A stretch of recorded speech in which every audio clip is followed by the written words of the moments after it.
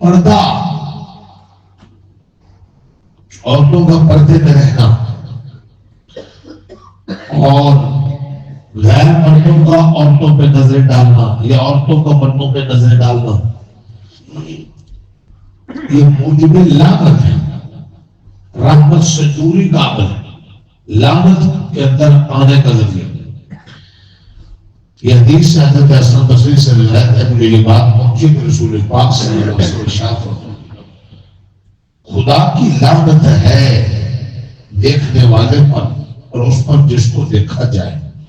مطلب یہ کہ جو کوئی کسی نامحرم عورت کو یا کسی کے سطر کو جس کا دیکھنا حرام ہے دیکھے تو اس پر خدا کی طرف سے لعنت، یعنی رحمت سے محرومی کا فیصلہ۔ اسی طرح وہ بھی رحمت خدا سے معلوم ہے جس نے کثرت دیکھنے والے کو دیکھنے کا موقع دیا اور دکھایا۔ رحم اللہ ناظر اور منظور الیہ، ناظر دیکھنے والا، اس میں عورت اور مرد دونوں شامل ہیں، بدلے دارنی کو، رشتہ دارنی کو۔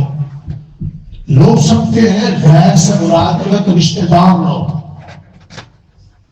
پھر سے واقفین کوئی لوگ، ارے ساری اس میں داخل ہے، بھابھی اس میں داخل ہے، غیر بار محروم خاتون ہے جس سے کبھی بھی نکاح ہو سکتا۔ اب ساری سے نہ سکتا، میری فوت ہو جائے، میری تو طلاق ہو جائے، ساری سے ہو جاتی۔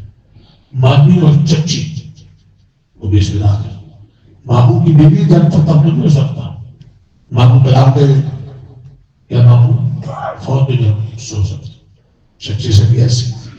بازار والے رہنے والے ہر ایسی خاتون کو جھانکنا، گھر آئی ہو تو جھانکنا، بہن جا رہی ہو تو جھانکنا، یا فیس بک پر یا فلیکسوں پر یا کوئی حکومت میں یا کسی وزارت کی سیٹ پر کوئی خاتون ہو اس کو جھانکنا، یا ٹی وی پروگراموں میں دیکھنا جانا، جہاں پتا ہو کہ جہاں غیر محرم پہ نظر پڑے گی وہاں نظر اٹھانا، یہ ہے انداز ہے، یہ بھی لعنت ہے، نبی پاک کی بددعا میں ہے، لعنت ہے اس پر، پھٹکار، رحمت سے دور۔ المنظور ہے جو عورت جان بوجھ کر اپنے آپ کو بے پردہ، چہرہ ننگا، بالو ننگا، سر ننگا، پنڈلی ننگی، لباس پتلا یا سخت، اس انداز میں بنا کر نکلتی ہے بہن اور ایسی جگہوں پر جاتی جان دوسروں کی، تو وہ منظور الیہ۔ یا کوئی مرد جان بوجھ کر عورتوں کی جگہ پر ایسی جگہ جاتا ہے جہاں عورتیں اس کو دیکھیں تو دیکھنے والی عورتیں ناظر بن گئی، اور یہ مرد ایسی جگہوں پر جانے والا منظور الیہ بن گیا۔ کتنا بڑا نقصان ہے کہ نبی رحمت کی زبان سے لعنت کا لفظ نکل جائے، تبھی محسوس ہے کہ کیا طرح ہے بیٹھ کر ہم نے کیا سو رہے ہیں، میں لمبی بات نہیں کرنی، کیا تھوڑی لمبی ہوگی، بس بیٹھو، اسی بات ایک ہی بات، ایک ہی نصیحت کی بات کافی۔ کیا تنہائی میں بیٹھ کر سوچے نہیں سوچا نہیں، یا کبھی سوچا نہیں کہ جس نبی کی شفاعت لینی آپ نے، جن کی دعاؤں سے ہم چمکیں گے، وہ کتنا ناراض ہوگا، اللہ کتنے ناراض ہوں گے۔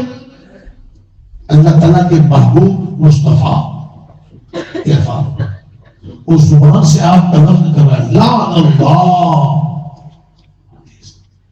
لعن اللہ نازل منظور الیہ، لعنت ہے، خبر دے رہے تب بھی کہ رحمت سے دور ہے ہر ایسی عورت اور مرد۔ لعن اللہ، اللہ اس کو رحمت سے دور کرے، ہے دور، لعنت میں ہے، خبر دے رہے ہیں تب بھی نقصان، آپ بددعا دے رہے ہیں کہ رحمت سے دور ہو، گھرتے لعنت بنے تب بھی نقصان۔ بات تو ساری ہو گئی، یقین جانیے کہ ہمارے زمین میں جھجھوڑ نہیں رہا۔ اس میں تو یہ ہے کہ زمانے میں یہ مزہ بڑھانا بھی جانتے نہیں، یہ ساری اس کے الفاظ کا قید ہو یا 50 سال کی عمر سے زیادہ ہو گئے، 60 سال میں پہنچ گئے، بزرگ ہو گئے، 70 سال میں.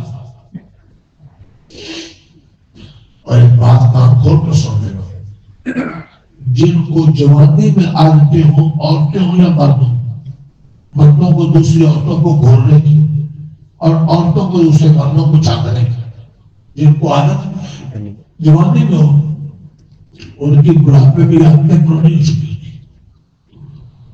ہم اسلام کی ذہن میں ہے، تجربہ ہے کہ ایسے آدمی کہ اسلام دیر سے ہوتی ہے.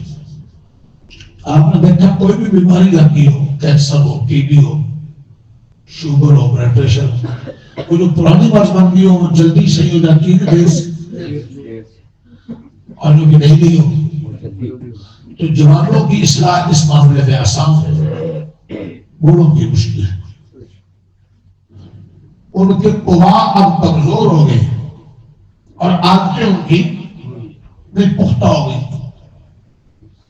اس لیے خرابی ہمارے معاشرے کی کہ جن بڑوں نے یہ باتیں سمجھانی تھی وہ خود بیٹھے اور کچھ نہیں سکتے.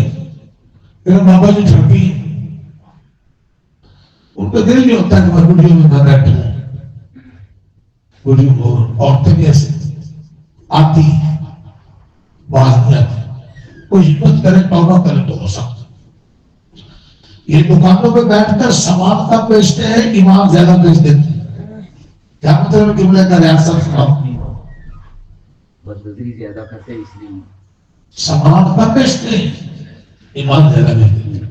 ہر دکان پر آنے والی عورت کو جھانپ تو لیں گے، ہر عورت سامان کو خریدے گی نہیں. ہم یہ کہا کرتے ہیں خدا را سامان بیچو، ایمان نہ بیچو. سامان بیچنے کے لیے، سودا کرنے کے لیے جھوٹ بول لیتے ہیں. ہر سودا بکتا تو ہے، ہر گاہک نکل جاتا ہے. تو یہ اس گاہک کو پھنسانے کے لیے، پل چڑھانے کے لیے پرانتی ڈیلر ہوں گے دکاندار ادھر ادھر سے گھیر گھور کر کسی طریقے سے اس کو جھوٹ بول لیتے ہیں. اور ہر ایک کے ہاتھ چڑھتا نہیں، گھیرے میں آتا ہے، کوشش ہوتی. تو جب جھوٹ بول لیا سامان نہیں بیچ سکے تو کیا کر دیا؟ ایمان کو سنگ لگا. انہوں نے ملاوٹ کا پروگرام بنایا ہوا ہے، اوپر کچھ اور ہے اندر کچھ اور ہے، ڈبے میں ایسا لکھا ہوا ہے. ہر بندہ ان کے چانسے میں جھانسے میں آئے گا تو نہیں. لیکن یہ تو چکر میں ہے. اس لیے ہم بات عرض کر رہے ہیں کہ سامان بیچو، ایمان نہ بیچو. یہ ایمان بیچتے ہیں دکان پہ بیٹھ کر، گھر میں بیٹھ کر سامان کا بیچتے ہیں. اور پھر یہ نعرے مارتے ہیں جب کوئی خاص دن آ جائے، ربیع الاول کا، شب برات کا یا تو اور بات، میری نس نس میں نبی نبی، میں نماز پڑھوں کبھی کبھی، میری نس نس میں نبی نبی، میں سچ بولوں کبھی کبھی، میری نس نس میں نبی نبی، میں صحیح تولوں کبھی کبھی. ایسا مسلمان ہے. تو بھائیوں دوستوں، بس سمجھنے کے لیے لکھنے بات بھی کافی، نہ سمجھنے زبر صاحب، اور اگر نہ سمجھنا ہو تو سارا قرآن مجید بھی کافی. اللہ مجھے اور آپ کو اور پوری امت کو سمجھنے کی اور ایک دوسرے کو سمجھانے کی، جاگنے کی اور جگانے کی، متوجہ ہونا، متوجہ کرنے کی توفیق عطا فرمائے.